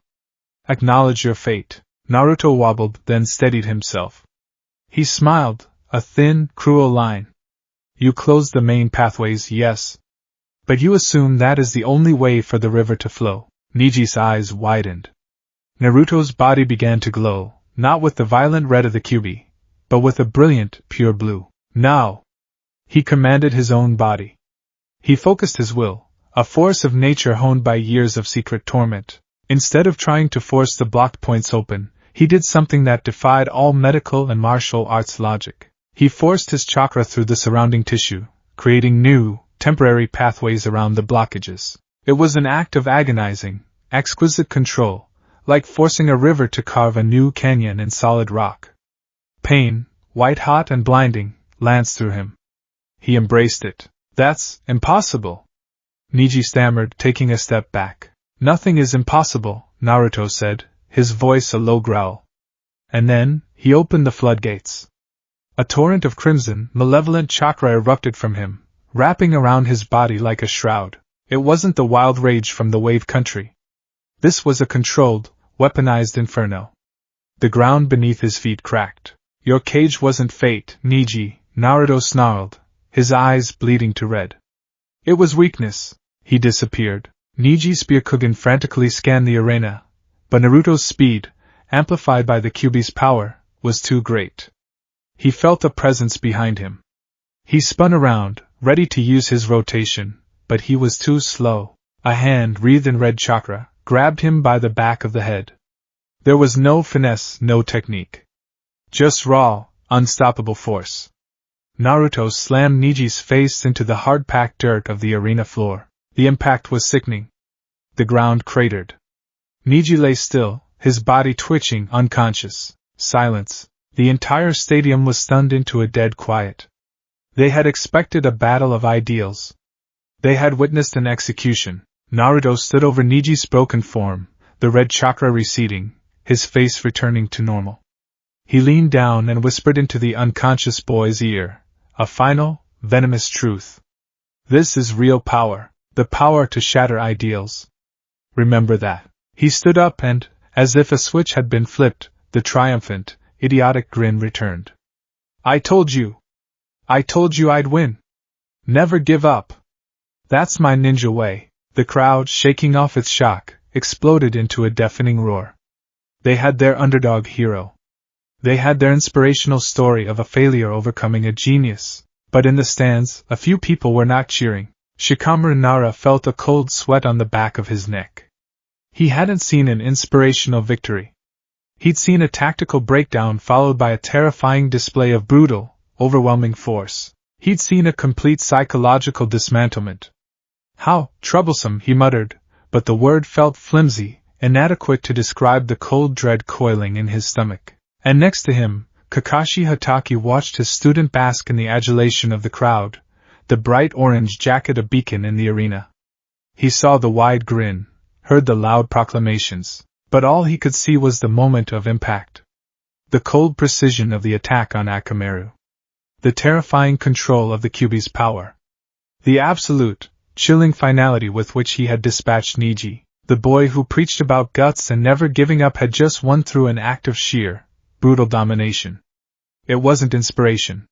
It was a threat. Kakashi's single visible eye narrowed.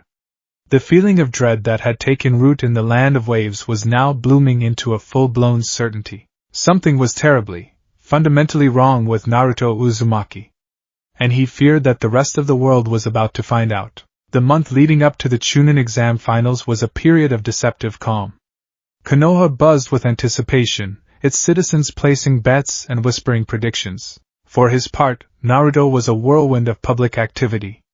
He boasted louder, trained in the most conspicuous locations, and loudly proclaimed his impending victory over Niji was just the first step on his path to becoming Hokage. Jiraiya had even made a brief, bombastic appearance, taking Naruto under his wing for a secret training regimen that mostly involved peeping at bathhouses and a chaotic, half-baked attempt at teaching him to summon toads. Naruto played along with the lecherous Sannin, absorbing the principles of the summoning jutsu with practiced slowness, all while subtly pumping him for information. He feigned awe at Jiraiya's power, all the while analyzing the man who was both his godfather and his jailer's most powerful pawn. "He's strong," Naruto concluded one night, meditating under a waterfall while Jiraiya was off on a research trip. "But he's chained by nostalgia and a misplaced faith in the village. He sees the son of his student, not the vessel of the Kyuubi. He sees a legacy to protect, not a system to question. He is a powerful fool. A fool who could still crush you, Kurama noted, his presence a constant, cool weight in Naruto's mind. Do not let your arrogance blind you to the power of others. It is not arrogance, Naruto countered calmly. It is an assessment. I know his strength. But I also know his weakness. And his greatest weakness is his heart. The day of the finals arrived, bright and clear. The stadium was packed to the rafters, a roaring sea of civilians and shinobi from every nation. The Kages sat in their designated booth, the Sandaime looking old and tired, the Kazekage beside him a shadowy figure hidden behind a wide hat and a veil, radiating an aura of chilling stillness that Naruto recognized instantly. Orochimaru. The first match was Naruto vs. Neji, a fight whose outcome was already history. The crowd roared as Naruto took to the field, and he gave them the show they wanted, waving his arms and flashing his widest, most idiotic grin. The fight played out just as it had in the preliminaries, but on a grander scale. Naruto allowed Neji to dominate the early stages, his Byakugan and gentle fist looking every bit as formidable as his reputation suggested. He let Neji lecture him about fate. He let the crowd feel the tension, the hopelessness of the dead last's position. Then, he shattered it all. The eruption of Kyuubi chakra, the brutal, undignified takedown, it was a repeat performance, but for a much larger audience. He won, and the stadium exploded. He had given them their fairy tale, their story of the underdog triumphing through sheer guts. It was a lie they were all too happy to believe. As he walked off the field, he saw the look in Sasuke's eyes. It was not admiration. It was a cold, analytical fire, an obsessive need to understand the source of that power. The next match was Sasuke Uchiha vs. Gaara of the Sand. But Gaara was still being tended to after his brutal encounter in the forest, and Sasuke was late. The crowd grew restless. Just as the proctor was about to disqualify him, a swirl of leaves announced the arrival of Sasuke and Kakashi. Sasuke stood in the center of the arena, clad in a new black outfit, his hair longer, his entire demeanor sharper, colder. Sorry we're late, Kakashi said with an eye smile. Got lost on the path of life. The proctor, annoyed but unwilling to disqualify Konoha's star genin, rescheduled the matches. Shino Aburame won his match against Kankuro by default when the puppeteer forfeited, a move Naruto correctly identified as a desire to keep his puppets and poison strategies hidden for the coming invasion. Finally, it was time. Sasuke Uchiha vs. Gaara of the Sand. Gaara entered the arena looking more unstable than ever, his eyes twitching, his hand pressed to his temple as if trying to keep his own thoughts from spilling out. Shikaku was a frantic storm just beneath the surface. The fight began, and it was a spectacle. Gaara's sand was a living entity, an absolute defense that lashed out with lethal intent. Sasuke, however, was a different fighter than he had been a month ago. Kakashi had drilled him relentlessly. His speed was incredible, his taijutsu sharp enough to rival Rock Lee's. He was a black-clad blur, the first person to ever land a physical blow on Gaara. The crowd was mesmerized. This was the pinnacle of genin talent. But Naruto wasn't watching the fight. He was watching the Kazekage. He was watching the Suna Jonin in the stands, their hands subtly moving into position for hand signs. He was watching the ANBU on the rooftops, their attention focused entirely on the match below. The entire village was a coiled spring, and Orochimaru's finger was on the trigger. Sasuke, pushed to his limit, retreated to the stadium wall. He began to form a sequence of hand signs, and a sound like 1,000 chirping birds filled the air. Blue-white lightning crackled to life in his hand. The Chidori. He shot forward, a living spear of lightning aimed at Gaara's sand sphere. The Chidori pierced the supposedly impenetrable defense, and a scream, not of pain, but of outrage, tore from Gaara's lips. And then, it began. In the Kage box, Orochimaru moved. In the stands, the disguised sand and sound shinobi activated a wide-scale genjutsu. White feathers began to fall from the sky, and a wave of chakra washed over the stadium, sending the vast majority of the civilian populace and lower-level ninja into a deep slumber. For a single, silent moment, the world held its breath. Then, it shattered into chaos. Explosions rocked the stadium walls. The Kazekage seized the third Hokage, dragging him to the rooftop for their fated battle. Giant snakes were summoned in the middle of the village, crushing buildings. The invasion of Konoha had begun. While Sakura was shaking off the genjutsu and Jonin were barking orders, Naruto was a picture of perfect calm. His mind was a crystal-clear map of the battlefield. Orochimaru's target is the Hokage. His secondary goal is to retrieve Sasuke. The Sand's goal is to cripple Konoha's military might. My goal is Gaara. Gaara, clutching a bleeding shoulder where the Chidori had struck, was being escorted out of the arena by Temari and Kankuro. His transformation was beginning, his body spasming, sand leaking from his pores. Sasuke, eager to finish his fight and prove his superiority, immediately gave chase. A proctor tried to stop him, but Kakashi gave the order. Go, Sasuke! It's a mission now. Pursue Gaara and wait for backup. Sakura, panicked, turned to Naruto. Naruto!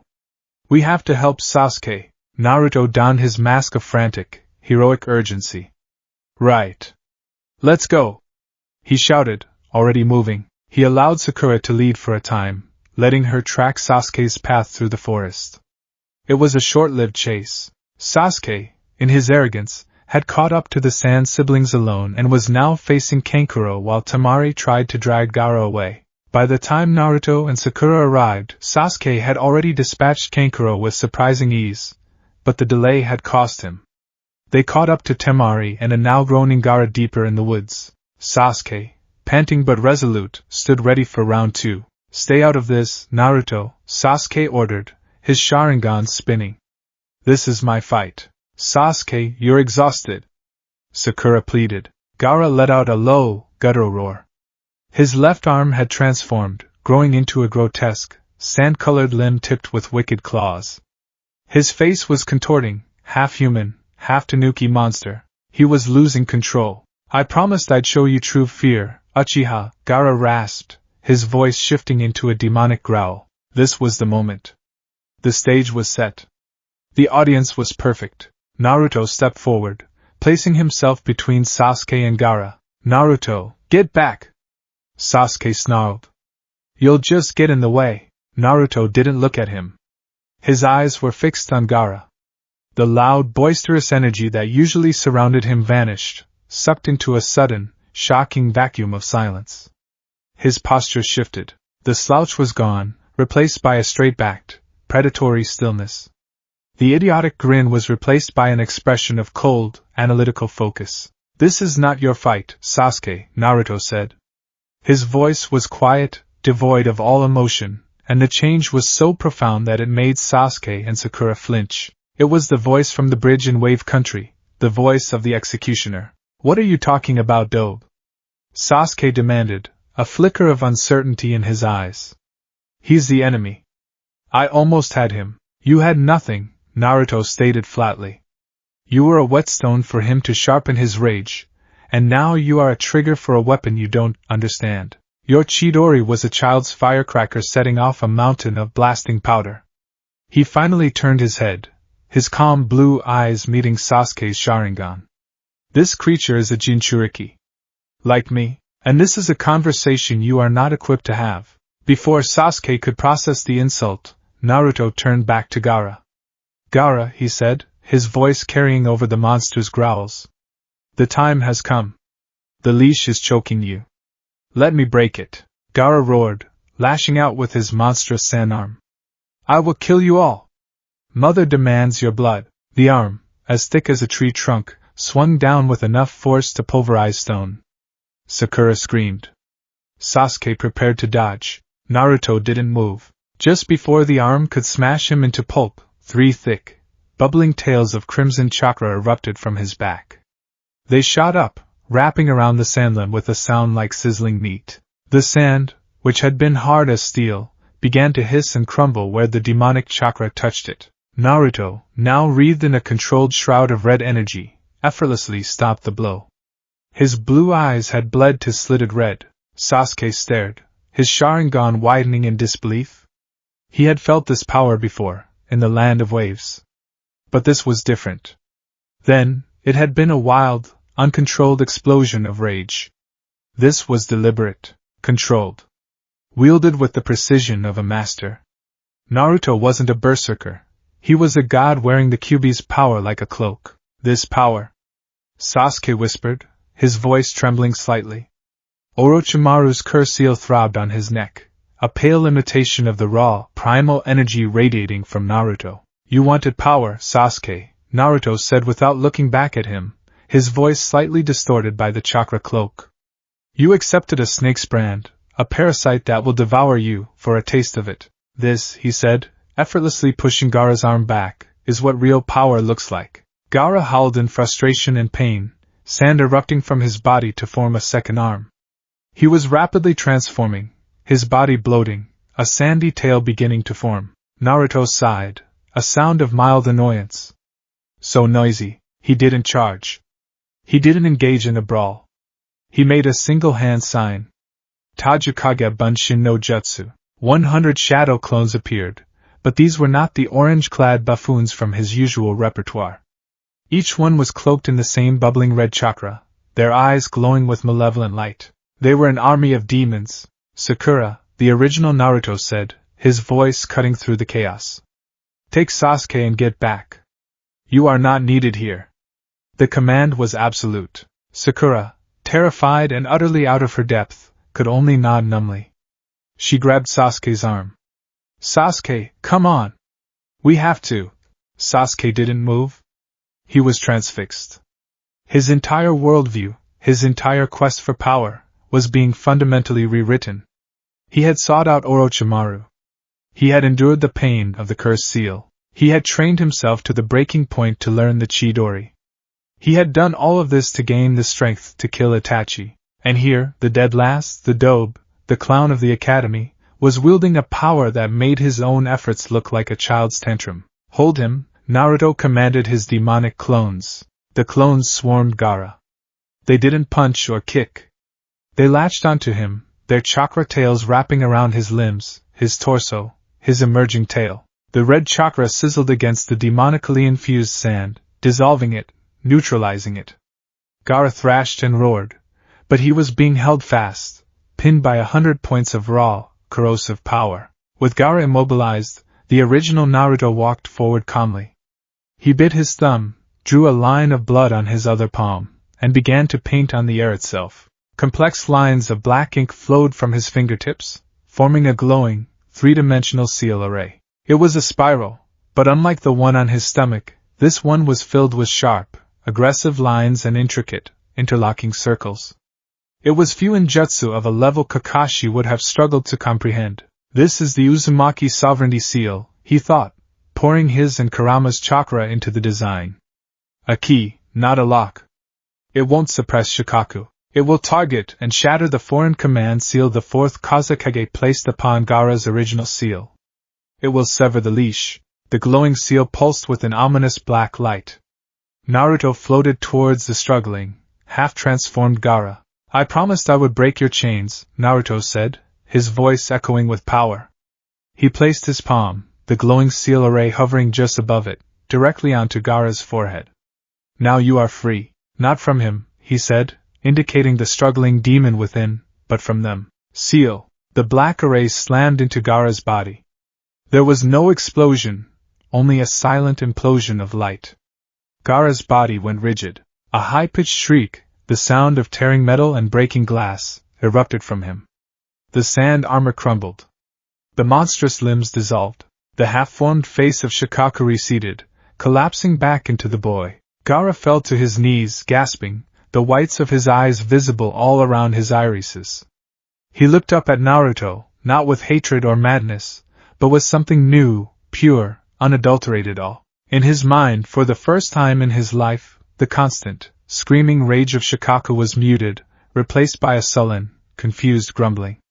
The Kazekage's override was gone. The voice was still there, but it no longer held the whip hand. Naruto's chakra cloak dissipated. The clones vanished. He stood before Gaara, his hands in his pockets, looking for all the world like a normal genin once more. The silence in the clearing was absolute. Sakura was hiding behind a tree, trembling. And Sasuke? Sasuke was on his knees. Not from injury, but from the sheer, crushing weight of what he had just witnessed. He looked from Naruto, the calm, unassuming boy, to the broken form of Gaara, a weapon of mass destruction who had just been dismantled and reprogrammed. Orochimaru had offered him a key to a locked room of power. He had whispered promises of what lay behind the door. Naruto had just kicked the door off its hinges, walked through, and set the entire house on fire. Sasuke's ambition was a laser-focused thing. It had always been aimed at Itachi. Orochimaru was a means to that end. But now, a new path had appeared, a path that was shorter, steeper, and led to a height he hadn't even been able to imagine. The power Naruto wielded wasn't just for killing one man. It was the power to unmake the world. He saw Itachi's Mangekyo Sharingan, the power that had slaughtered his clan. And then he saw Naruto, holding a legion of demons in his hand. He saw the cold purpose in Naruto's eyes. It was not the fire of revenge. It was the absolute zero of conquest. That, Sasuke thought, his heart pounding with a terrifying new desire, is true power. His path was no longer clear. It was forked. And Orochimaru's path suddenly seemed like a long, winding detour. Naruto looked over at him. A small, knowing smile touched his lips. He's weak now, Sasuke. You could probably finish him. Fulfill your mission. Prove your strength. Sasuke looked at Gaara, who was still gasping on the ground, then back at Naruto. The thought was repulsive. To strike down an opponent who had been so utterly dominated by another would be a hollow victory. It would be an admission of his own inferiority. Go, Naruto said softly. The Sound Four will be waiting for you at the village gates soon enough. They will offer you a choice. Go with them. Go to Orochimaru's cage. See if the power he offers is what you truly seek. He was letting him go. He was actively pushing him towards the traitor. Naruto turned his back on him and helped Gaara to his feet, slinging the dazed boy's arm over his shoulder. What are you doing? Sakura stammered, finally emerging from her hiding spot. He's the enemy. He is my ally now, Naruto stated, leaving no room for argument. He began to walk away, supporting the now docile Jinchuriki. He paused and looked back at Sasuke one last time. Find your power, Sasuke. But know this. All paths of power in this world will eventually lead back to me. He and Gaara vanished into the trees, leaving Sasuke and Sakura alone in the silent, cratered clearing. An hour later, Kakashi found them. The invasion was being pushed back. The Sandaime had sacrificed himself to seal Orochimaru's arms, crippling the Sannin. The village was in chaos, wounded but standing. Kakashi dropped down from a tree, his expression grim. Sakura.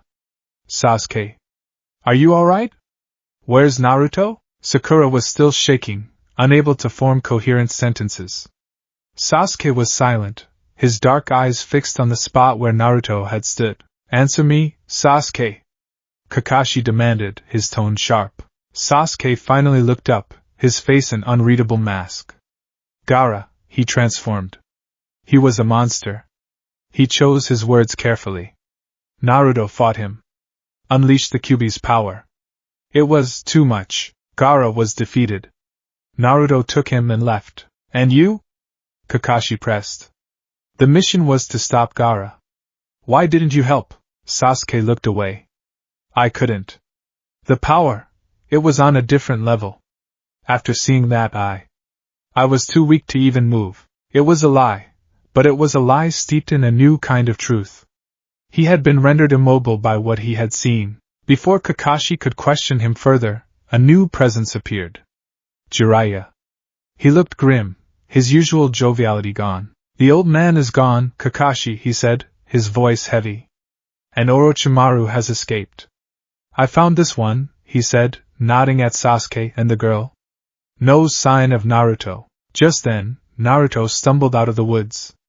He looked exhausted, his clothes torn, his face pale. He leaned against a tree, panting heavily. Naruto! Kakashi said, rushing to his side. What happened?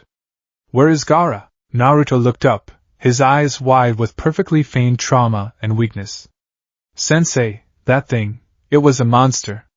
I used the fox's chakra. I tried to stop it, but it was too strong. It got away. He noticed Sasuke for the first time. Sasuke! You're okay. I tried to get you to run. I'm sorry, I couldn't beat him. He looked at his hands trembling. I was too weak. Kakashi looked from Naruto's exhausted, traumatized face to Sasuke's silent, brooding one. Sasuke's story of being frozen by fear and Naruto's story of being too weak to win corroborated each other perfectly. It was the most logical explanation. Two genin, even talented ones, facing the unrestrained power of a tailed beast. Of course they had failed. Of course they were terrified. Jiraiya placed a heavy hand on Naruto's shoulder. You're alive, kid. That's what matters. You stood your ground against the monster. You did well. Naruto leaned into the touch, playing the part of the relieved, exhausted child. But over Jiraiya's shoulder, his eyes were cold and clear. The mask was back in place, stronger than ever. The invasion had been a stunning success. Orochimaru was crippled. The third Hokage, a pillar of the old regime, was dead. Sasuke's faith in Konoha was shattered, and he was now set on a path that would lead him away from the village's influence. And most importantly, deep in a hidden cave miles away, Gaara of the Sand was waking up. He was weak, confused, but for the first time in his life, the screaming in his head was quiet. He was no longer Suna's weapon. He was Naruto's. The first king had been taken. The board was set. The fox's gambit was complete. Rain fell on Konohagakure. It was a cold, miserable drizzle that clung to everything, turning the vibrant greens of the village to a dull, bruised shade and staining the stone faces of the Hokage monument with dark, weeping streaks. The sky was a uniform sheet of gray, a shroud pulled over a village in mourning. The funeral for the third Hokage, Hiruzen Sarutobi, was a solemn, village-wide affair. Thousands stood in the rain, black umbrellas forming a glistening canopy over a sea of somber faces. Jonin, Chunin, Genin, and civilians alike listened as the elders spoke of the Sandame's wisdom, his kindness, and his unwavering dedication to the will of fire. They spoke of a benevolent grandfather, a brilliant leader, a hero who had laid down his life to protect his home. Naruto Uzumaki stood near the back of the crowd, alone. He wore his garish orange jumpsuit, a defiant splash of color in the monochrome assembly, but the usual boisterous energy was absent. He held no umbrella. The cold rain plastered his blonde hair to his forehead and ran in rivulets down his face, mingling with the water on his cheeks. To any who glanced his way, he looked like a boy lost in his own private grief, his tears indistinguishable from the rain. They were wrong. He wasn't crying. He was listening to the eulogies, the saccharine platitudes, the carefully constructed narrative of a noble sacrifice, and he felt nothing but a profound, glacial contempt. They mourned the mask, not the man. They mourned the smiling grandfather, not the ruthless politician who had sanctioned the Uchiha genocide, the man who had overseen a system that turned children into weapons and orphans into living sacrifices. Your sentimentality was a liability, Naruto thought, his eyes fixed on the photograph of Hiruzen wreathed in white flowers. But your death is an opportunity. One pillar has fallen. The foundation is weak. Tonight, I will shatter another. He saw Konohamaru, the third's grandson, sobbing uncontrollably, his small body racked with a grief so pure it was almost beautiful in its honesty. For a fleeting moment, Naruto felt a flicker of something, not pity, but a clinical acknowledgement of the boy's pain. It was a genuine emotion in a sea of performative sorrow. Konohamaru mourned his grandfather. The rest of the village mourned a symbol. He feels guilt, Kurama's voice rumbled in the quiet depths of his mind. The presence was a comfort, a cold, solid anchor in the cloying sentimentality of the crowd. Jiraiya. Look at him. He mourns his teacher, but more than that, he mourns his own failure to be there. Naruto's gaze shifted to the white-haired Sannin. Jiraiya stood with Tsunade, the legendary healer he had just dragged back to the village. Both wore the formal black of mourning. Jiraiya's face, usually a mask of jovial lechery, was etched with lines of profound regret. Tsunade, the newly appointed fifth Hokage, looked weary, burdened by a title she never wanted and a village she had long ago abandoned. More broken pillars, Naruto observed. They will try to rebuild, to plaster over the cracks with the same old lies. They will preach the will of fire even as its embers die. The ceremony concluded. The crowd began to disperse, their hushed conversations lost to the steady drumming of the rain. Naruto remained until the cemetery was nearly empty. He turned and walked away, not towards his apartment, but towards the Ninja Academy. He moved through the deserted streets, a ghost in orange, his purpose a cold, hard stone in his chest. The time for the mask, the time for the fool, was over. That part of him had died with the third Hokage. He slipped into the academy library, a place he hadn't needed to break into for years. He now had legitimate access, but the old ways were more comfortable. In a dusty, forgotten corner of the archives, behind a loose shelf he had identified long ago, was a small, hidden compartment. Inside was a single, heavily wrapped scroll. He had been preparing this for months. Back in his sterile apartment, he unrolled his prize on the floor. It was not a scroll of jutsu. It was a complete set of black, unmarked shinobi gear, taut fabric pants, a mesh armor shirt, a high-collared flak jacket devoid of any village insignia, and bracers made of a dull, non-reflective metal. And beside it, a mask. It was an ANBU-style porcelain mask, but it bore no standard design. It was the face of a fox, but not a noble or clever one. The ears were laid back, the muzzle contorted into a permanent, vicious snarl, revealing elongated canine teeth. The eye-holes were narrow slits, angled downwards in an expression of pure, condensed hatred. It was the face of the demon from the stories, a perfect vessel for the fear he was about to sow. He stripped off the orange jumpsuit, the symbol of his long deception. He looked at it for a moment, the loud, obnoxious color that had been his shield for so long. With a flick of his finger, he channeled a tiny spark of chakra to the sleeve. It smoldered for a second before catching, the synthetic fabric melting and blackening. He dropped it into his metal waste bin, where it burned with a thick, acrid smoke, a funeral pyre for the boy who never was. He donned the black gear. It fit perfectly. It felt right. It was a uniform of purpose, of anonymity, of death. He was no longer Naruto Uzumaki, the Jinchuriki, the pariah, the clown. He was an instrument of his own will. He looked at the single photograph on his nightstand, Team 7. Kakashi, Sakura, Sasuke, and his own grinning, masked face.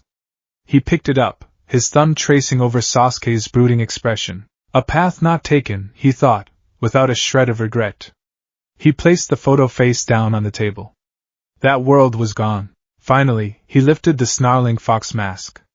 He hesitated for a breath, looking at his reflection in its polished surface. Then he lowered it over his face. The world became a narrow field of view, edged in porcelain. The transformation was complete. The night is long, Kurama stated, his voice humming with anticipation. Your first target? The root of the rot, Naruto projected back, his voice cold and muffled by the mask. Danzo Shimura. Naruto had not been idle in the years since the Uchiha massacre. While playing the fool, he had been hunting, using Kurama's unparalleled sensory abilities to detect the faintest traces of chakra and emotional suppression, the signature of a root operative. He had painstakingly mapped their network. He knew the locations of their secret entrances, their patrol routes through the village's underbelly, and the location of their headquarters, a vast, hidden complex deep beneath the unassuming surface of the abandoned orphanage in the village's poorest district. He moved through the rain-slicked streets, a black shadow among other shadows. His chakra was suppressed to nothingness, a feat that still felt like a miracle of control. He was utterly invisible, a phantom walking through his own home. He reached the derelict orphanage and slipped through a broken window. Inside, it was a place of ghosts and dust. He walked to the center of a large, empty hall and performed a complex sequence of 10 hand signs. Placing his palm on the floor, he channeled a precise amount of chakra into a specific floorboard. Kai, he whispered. Instead of an explosion, a section of the floor dissolved into a shimmering blue light, revealing a dark, spiraling staircase leading down into the earth. It was protected by a Fuinjutsu barrier of formidable complexity, designed to atomize anyone who entered with the wrong chakra signature. Naruto examined it, his head tilted. A variant of the Uzumaki 5-point unraveling seal, Kurama noted. Amateurish. They twist our clan's art to their own crude purposes, and like all crude things, it is easily broken, Naruto replied. He did not try to dismantle it. He held out his palm, and for the first time, began to craft his new weapon. He started with the Rasengan. The familiar, perfect sphere of spinning chakra formed in his hand, a legacy of his father, the fourth Hokage. It was a technique designed for pure, concussive impact. But Naruto had no interest in mere destruction. He sought dissolution. He opened his mental connection to Kurama, not just asking for power, but drawing on its very essence. He pulled the Kyuubi's chakra, not the bubbling red cloak of power, but the raw, toxic, hateful core of it, the stuff of pure malice, and began to knead it into the Rasengan. The blue sphere shuddered. It resisted, the pure chakra of the Rasengan warring against the vile intrusion of the demonic energy. The sound changed from a smooth whirring to a low, grinding growl, like stones being crushed into sand. The color warped. The brilliant blue was corrupted, streaks of black and vile purple bleeding into it until the entire sphere was a roiling vortex of darkness, emitting a faint, corrosive smoke. It no longer felt like a contained storm. It felt like a miniature black hole, a sphere of anti-existence. Yokai Rasengan, Kurama named it. The Phantom Sphere. Naruto pressed the Yokai Rasengan against the Fuinjutsu barrier. There was no sound, no explosion. The complex seal array simply dissolved.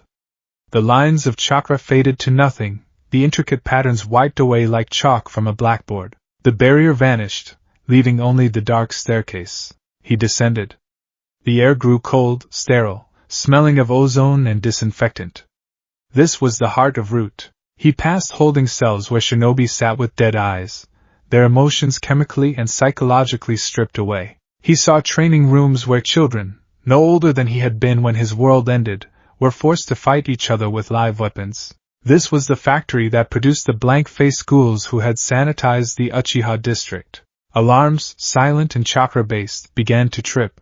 Root operatives appeared, dropping from the ceilings, emerging from hidden panels in the walls. They were silent, their blank masks betraying no emotion as they moved to intercept him. What followed was not a battle. It was a purge. Naruto was a whirlwind of black. He didn't use ninjutsu. He didn't need to. His taijutsu, honed to a razor's edge by Kurama's endless drills, was more than enough. He moved through them, his every strike precise, economical, and final. A knife hand to the throat, crushing a windpipe. A palm heel strike to the base of the skull, snapping a neck. A kick that shattered a sternum.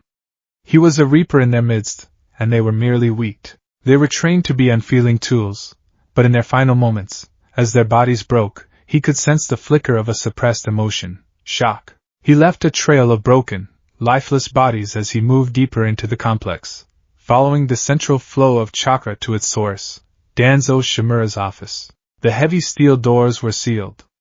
He formed another Yokai Rasengan, smaller this time, and pressed it to the lock. The complex mechanism of tumblers and chakra-infused steel dissolved into a gray, metallic sludge that dripped to the floor. He pushed the doors open. Danzo Shimura sat behind a large, dark wood desk, his one visible eye narrowed. He was not alone. Flanking him were his two most trusted guards, Fuyamanaka and Torian Aburame. I did not know the Kyuubi's vessel had such capabilities, Danzo said, his voice the same dry rasp Naruto remembered from that night. To have located this facility, and to have bypassed my men. You have been hiding your talents, Naruto Uzumaki. Naruto said nothing. He just stood there, his snarling fox mask a terrifying beacon in the dimly lit room. Kill him, Danzo ordered, his tone bored. Fu and Torian moved simultaneously. Torian released a cloud of his Rinkachu, venomous, nano-sized insects that destroyed a target's cells on contact. Fu's hands flashed through signs for the mind-body switch technique. Naruto didn't even flinch. He channeled a pulse of raw Kyuubi chakra, a wave of pure heat that incinerated Torian's insects before they could reach him. At the same time, he met Fu's gaze, and instead of resisting the mindjutsu, he opened a channel. He didn't give him access to his mind. He gave him a direct, unfiltered glimpse into Kurama's. Fu's body locked up. His eyes rolled back in his head as his consciousness was assaulted by a billion years of pure, undiluted hatred. He saw dying stars and screaming planets. He felt the rage of a god trapped in a cage of flesh. A thin trickle of blood dripped from his nose as his mind, and his clan's signature jutsu, was shattered by a force it was never meant to contain. He collapsed, catatonic. Torian, shocked, charged forward, his body covered in his deadly insects. Naruto met him halfway. He formed a Rasengan, a normal one this time, and slammed it into Torian's chest. The raw, concussive force sent the Aburame flying backward, his body smashing into the far wall with enough force to crack the stone. It was over in 5 seconds. Danzo watched, his one-eye betraying no surprise, only a cold, calculating curiosity. Impressive. You have tamed the beast. Or perhaps it has tamed you. Naruto finally spoke, his voice distorted and menacing through the mask. You talk of beasts, Shimura? I saw you that night. In the Uchiha district. You and your soulless puppets. Danzo's eye widened almost imperceptibly. So, the rat did have a face. He slowly rose to his feet, unwrapping the bandages from his right arm. It is a shame. With your power and lack of sentiment, you would have been the perfect root operative. My greatest creation. The bandages fell away, revealing an arm that was grotesque, pale, and utterly horrifying. It was studded with fully matured Sharingan, a dozen crimson eyes embedded in the flesh, all staring blankly. At his shoulder was the face of Shursui Uchiha, its Mangekyo Sharingan a dark vortex. The spoils of war, Danzo said, a hint of pride in his voice. The power needed to protect the village from the shadows. The power Hiruzen was too weak to grasp. Naruto looked at the arm, at the stolen eyes of the clan Danzo had butchered, and he felt a cold, satisfying certainty. He was doing the right thing. You are a grave robber, Naruto said, his voice dropping to a low growl. A parasite living off the bones of better men. You are the disease that proves the will of fire is a plague. He began to walk forward, and for the first time, Danzo felt a flicker of something he had not felt in decades, fear. He prepared to use Kodo Amatsukami, Shursui's ultimate Genjutsu, to bend Naruto to his will. He never got the chance. Naruto exploded forward. He wasn't just fast, he was instantaneous. He crossed the room in the space between one heartbeat and the next. Danzo's Sharingan-filled arm, which could perceive motion with incredible clarity, couldn't track him. Naruto's hand, glowing with a faint black aura, shot past Danzo's defenses and clamped onto the Sharingan arm. He wasn't trying to rip it off. He was holding it in place. With his other hand, he formed the Yokai Rasengan, the sphere of roiling blackness whining like a dying star. Let's see if this power protects you, Naruto snarled, and shoved the sphere into Danzo's chest. Danzo's eyes went wide with sheer agony and disbelief. The Yokai Rasengan did not explode. It sank into him. His robes, his skin, his muscles, his bones, they didn't tear or break. They dissolved. They unraveled at a molecular level, turning into a cloud of gray dust and fading chakra. The process was horrifyingly silent. The stolen Sharingan on his arm flickered and died, their light extinguished as the flesh they were embedded in ceased to exist. In a matter of seconds, Danzo Shimura, the darkness at the heart of Konoha, was gone. All that remained was a faint cloud of dust settling on the floor. Naruto stood in the silent office. He walked over to Danzo's desk, found the central terminal, and with a few keystrokes, bypassed the pathetic firewalls. He downloaded everything, every secret mission, every assassination plot, every treaty broken, the full, unredacted truth of the Uchiha massacre, and the list of every root operative, past and present. Then he set the file to broadcast. To every terminal in the Konoha administrative network. To the daimyo's castle. To the news agencies in the capital. He walked out of the office, leaving the door wide open. As he ascended the stairs, he placed a single, modified explosive tag on the central support pillar.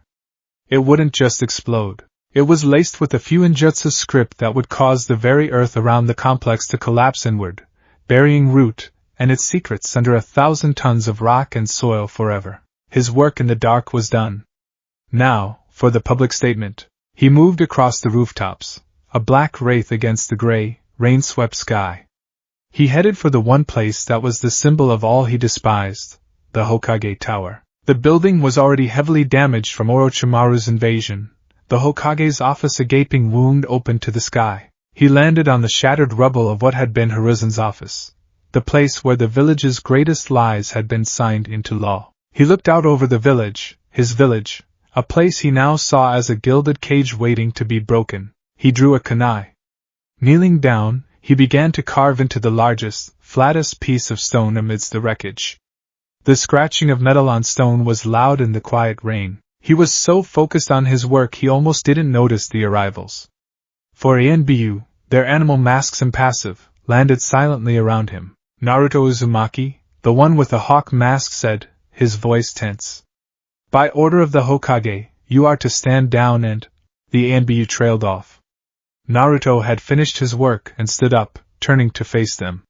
He was cloaked in a faint, black aura of killing intent so pure, so dense, it was almost visible. His snarling fox mask seemed to drink the light from the air. He didn't say a word. He just stood there, a statue of pure menace. The 4 elite ANBU, veterans of countless S-rank missions, froze. Their training screamed at them to attack, to subdue. Their instincts, raw and primal, screamed at them to run. They had faced down Kage and Rogue Sannin. They had never felt a pressure like this. It was not the rage of a man or the power of a jutsu. It was the absolute certainty of death. Naruto held up one hand, a yokai Rasengan forming silently in his palm, the sphere of nothingness swirling with a quiet hunger. The hawk-masked ANBU slowly, almost imperceptibly, took a step back. It was an admission of defeat more profound than any surrender. Naruto let the Rasengan dissipate. He gave them one last look, then turned and leaped from the tower, melting into the shadows of the alleyways below. He was gone. Shaking, the hawk ANBU finally lowered his gaze to what Naruto had carved into the stone. Scrawled in deep, angry letters were 6 words that would forever change the world. The will of fire is but ash. Hours later, the sun rose on a village in turmoil. The news of Danzo's files had spread like wildfire, throwing the administration into chaos. The revelation of Root, a secret Black Ops division operating outside the Hokage's authority, was a scandal. The truth about the Uchiha clan, a planned coup, a state-sanctioned genocide, was an earthquake that shattered the very foundation of Konoha's history. As the council scrambled to contain the political firestorm, a new report came in, this one from outside the village walls. The daimyo of the Land of Fire's northern province, a wealthy aristocrat named Tokashiro who had profited immensely from border skirmishes, had been assassinated. His entire contingent of elite samurai bodyguards had been found unconscious, their armor dented, their spirits broken, but otherwise unharmed. The daimyo himself was found in his locked, fortified study dead. There was no sign of forced entry. The only clue was a small, circular mark on his chest where his heart should have been, a patch of skin that looked as if it had been eroded away into fine gray dust. Left on his desk was a single, elegantly written message. The age of Shinobi is paid for in blood. You held the purse. The account is now closed. In the hastily repaired Hokage's office, Tsunade slammed her fist on the desk, cracking the wood. Find him, she roared, her face a mask of fury and grief. Jiraiya, take whoever you need. I want him found. Jiraiya stood by the window, his expression grim. It's not that simple, Tsunade. He's not just a rogue genin anymore. He took out Danzo and all of Root in a single night. He assassinated a daimyo protected by a legion of samurai. The boy we knew is gone. An ANBU operative appeared in a swirl of leaves, kneeling. Lady Hokage, the Intelligence Division has compiled a preliminary update for the bingo book, based on the ANBU squad's testimony and the events of last night. He held out a scroll. Tsunade snatched it and unrolled it. Name, Naruto Uzumaki. Moniker, Kitsune. Rank, S-rank. Defector of Konohagakure. Affiliation, none. Hostile. Abilities, Taijutsu, Kage-level proficiency.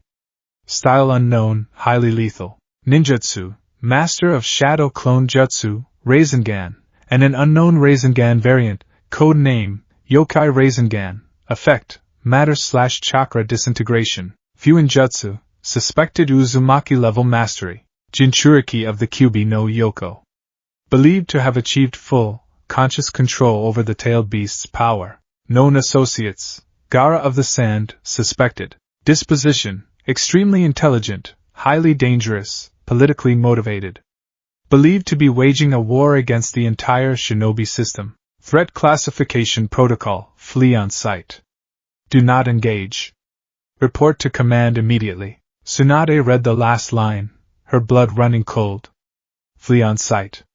That classification was reserved for forces of nature, for calamities, for tailed beasts on the rampage. It was a declaration that he was no longer considered a man, but a catastrophe. Jiraiya read the entry over her shoulder, his heart a leaden weight in his chest. He remembered a small, lonely boy with bright blue eyes screaming his dream of becoming Hokage to the heavens. He had failed him. They had all failed him. And in their failure, they had not created a hero. They had created the world's most feared villain. The age of Naruto Uzumaki was over. The age of the Kitsune had just begun.